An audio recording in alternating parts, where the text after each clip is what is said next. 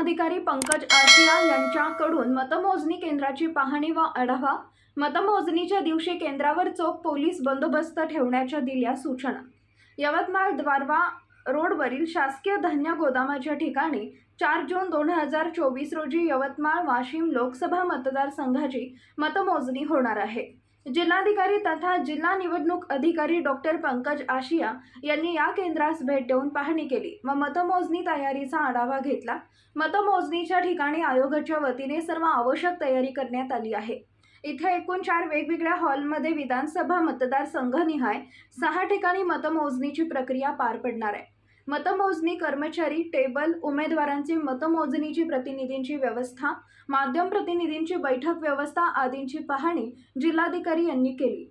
मतमोजणीच्या दिवशी केंद्रावर चोख पोलीस बंदोबस्त ठेवण्याच्या सूचना देखील त्यांनी यावेळी पोलीस विभागास केल्या आहेत।